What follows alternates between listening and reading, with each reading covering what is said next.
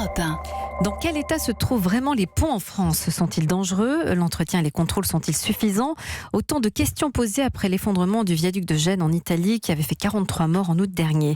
Depuis, une mission d'information sur leur sécurité a été lancée par le Sénat. Elle dévoile son rapport aujourd'hui. Et Nikos, vous recevez ce matin pour en parler son président Hervé Maurey, sénateur centriste de l'Eure. Bonjour Hervé Maurey. Bonjour. Alors il y a un élément dans votre rapport qui résume peut-être à lui seul les lacunes que connaît la politique de surveillance et d'entretien des ponts.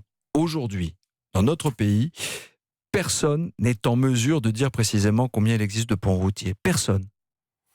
C'est vrai que ce constat est à lui seul révélateur d'une situation tout à fait incroyable, puisque on ne sait pas effectivement le nombre exact de ponts. On est capable de dire combien on a de kilomètres de voirie, on est capable de dire plein de choses en France sur les routes, sur d'autres sujets, mais sur les ponts, on est dans le flou et on considère qu'on a entre 200 000 et 250 000 ponts. Et au terme de votre enquête, vous dites que 25 000 d'entre eux sont en mauvais état structurel, ou seraient en mauvais état structurel et qui posent des problèmes de sécurité. C'est un chiffre surprenant. C'est un chiffre effectivement surprenant que l'on a réussi à consolider à partir d'informations diverses, puisqu'on a des statistiques sur les ponts qui relèvent de l'État, et l'État lui-même a reconnu dans un audit il y a un an qu'il y avait 7% de ces ponts qui présentaient à terme un risque d'effondrement, ce qui n'est pas rien. Et en revanche, sur les départements et les communes, et la plupart des ponts relèvent des départements et des communes, on a très peu de chiffres. Donc on a procédé à ces évaluations avec des experts, et ces chiffres sont effectivement tout à fait inquiétants. Le pire étant dans les communes où parfois on va jusqu'à ne même pas connaître le nombre de ponts et a fortiori leur état. Il n'y a jamais eu de recensement en fait systématique. Non, jamais, parce qu'on n'a jamais curieusement considéré les ponts comme des éléments de patrimoine. Dans une commune, un maire, il sait qu'il faut faire passer régulièrement le couvreur sur ses bâtiments communaux pour assurer un suivi de leur état. Sur les ponts, ça n'a jamais été dans la culture de considérer que les ponts sont un élément de patrimoine qui doit être suivi comme on le fait pour un bâtiment, par exemple. Hervé Maurey, dans votre rapport, vous identifiez deux problèmes. Le vieillissement des ponts et le sous-investissement chronique pour leur entretien. D'abord, sur le vieillissement, un pont n'est pas éternel. C'est quoi la durée de vie ? La durée de vie d'un pont, c'est en moyenne autour de 70 ans. Et comme beaucoup de ponts ont été construits dans l'après-guerre, on arrive pour beaucoup de ponts en fin de vie. Et en plus, souvent, les ponts construits après-guerre n'ont pas été toujours dans les règles de l'art. Et donc, on a un certain nombre de problèmes. Et à cela s'ajoutent des phénomènes d'accélération du vieillissement, avec le réchauffement climatique, par exemple, ou aussi, on n'y pense pas toujours, avec les GPS qui envoient sur des ponts qui n'ont pas forcément été calibrés pour cela, des véhicules lourds.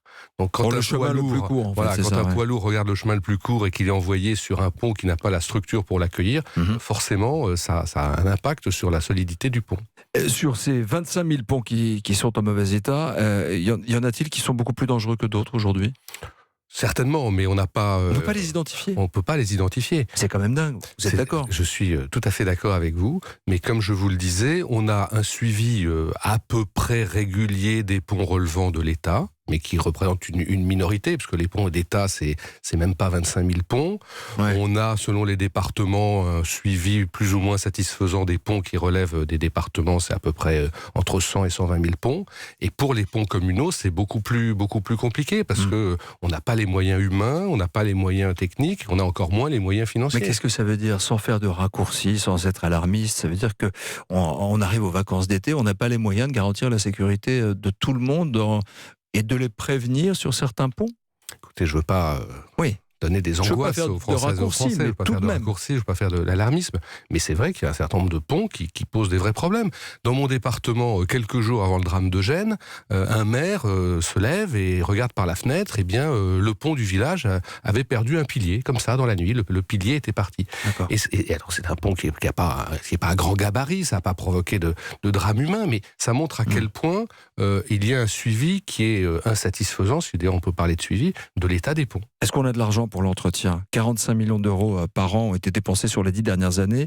45 millions, c'est beaucoup ou c'est peu ? C'est très peu. C'est très peu quand on regarde les normes internationales.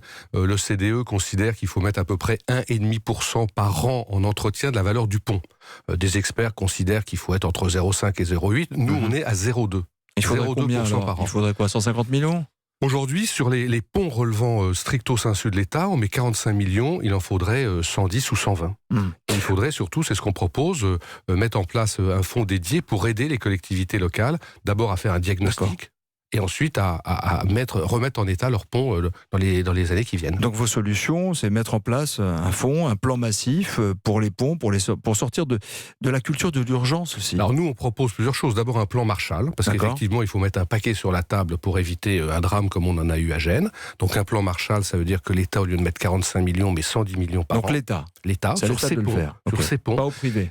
Non, bien sûr que non. Et pour les collectivités locales, on crée un fonds dédié de 130 millions par an. Alors, si j'ose dire, ça tombe bien, puisque l'État avait mis en place un fonds dédié pour les tunnels. Après la catastrophe du Mont-Blanc, il y a 20 ans, comme on réagit souvent après les catastrophes, l'État avait créé un fonds dédié à la remise en état des tunnels. Ce pont vient à échéance en 2021, et on dit que ces crédits-là, ils doivent être maintenant consacrés au pont, et qu'on doit chaque année mettre 130 millions pendant 10 ans, d'abord pour faire un audit de tous les ponts, parce que c'est la première chose, savoir dans quel état sont vraiment les ponts. Donc anticiper. Et ensuite mettre à disposition des collectivités locales des subventions nécessaires pour remettre en état ces ponts. Est-ce que ça suffira ? Est-ce qu'il y a des ponts aujourd'hui qui de toute manière sont condamnés à fermer, à être démontés ? Mais aujourd'hui, en France, vous avez déjà des ponts qui sont fermés. Dans le cadre de ma mission, je suis allé pas très loin, je suis allé en Seine-et-Marne, dans 2 communes qui ont chacune dû fermer leur pont, parce que remettre en état le pont, ça coûtait 1 million. 1 million pour une commune qui a un budget de 3 millions, c'est juste impossible. Vous n'êtes pas sans savoir, Hervé Moret, que parfois les rapports, on en parle dans les médias, puis on les met au placard. Qu'est-ce qui vous garantit que le vôtre serait entendu, écouté ?